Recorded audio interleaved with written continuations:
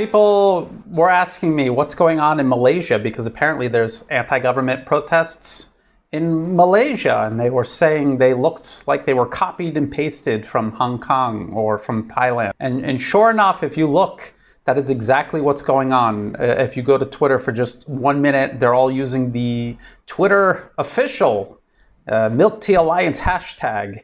This is a US social media giant promoting this pan-Asian uprising, the Asian version of the US engineered Arab Spring from 2011. And if you look at all of the groups before, in Thailand, in Myanmar, in Hong Kong, they were all backed by the US government openly. The US government is funding the core organizations driving these protests. And sure enough, that is exactly what's going on in Malaysia. So what happened in Malaysia was there is this opposition leader, Anwar Ibrahim. He is meant to head the US client regime of choice in Malaysia. And what happened was there was an election and there was kind of like a power sharing accommodation made not that long, like a couple of years ago. And there was kind of a stalemate, a political stalemate, and that government fell apart. And now there's this rush between Malaysia's old guard and this US-backed faction led by Anwar Ibrahim.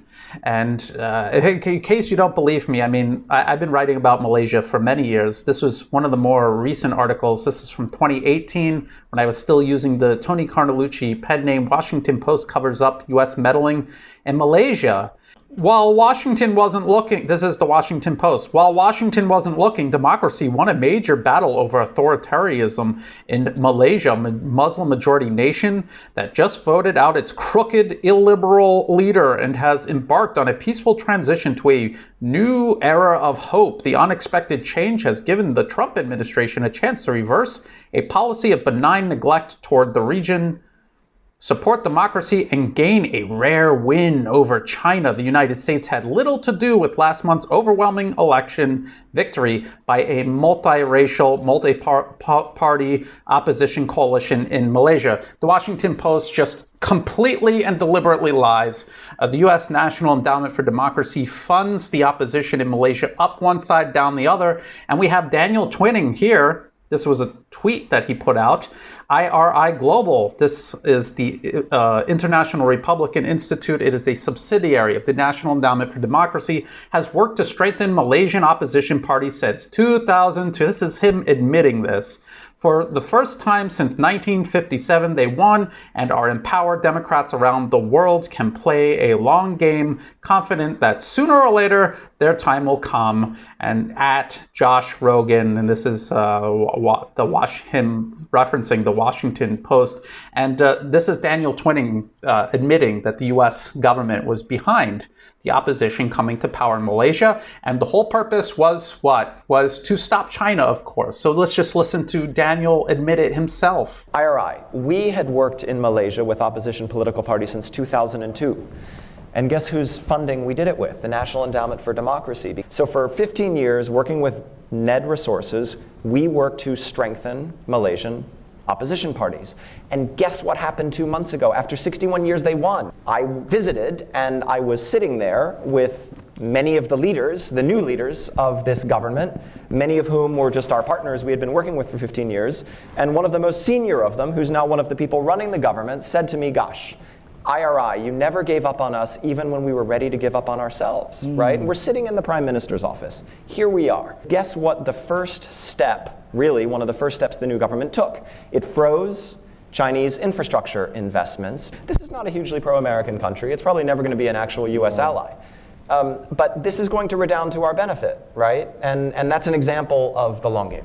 So that's Daniel, and he just completely comes out and admits it. The US carried out regime change in Malaysia. They were interfering in the internal political affairs and in the elections of Malaysia, just like they accused Russia of doing without evidence. This is them openly admitting they were doing it in Malaysia. And they do it all over the world and all over Southeast Asia, and for the exact same reason, too. And I also want to point out these other organizations. You're going to see them, if these protests start to get out of hand, you're going to hear these organizations in the news all the time. Lawyers for Liberty, Malaysia Kini, okay? And there was the street movement, Bersih, and they were all wearing yellow shirts in Malaysia.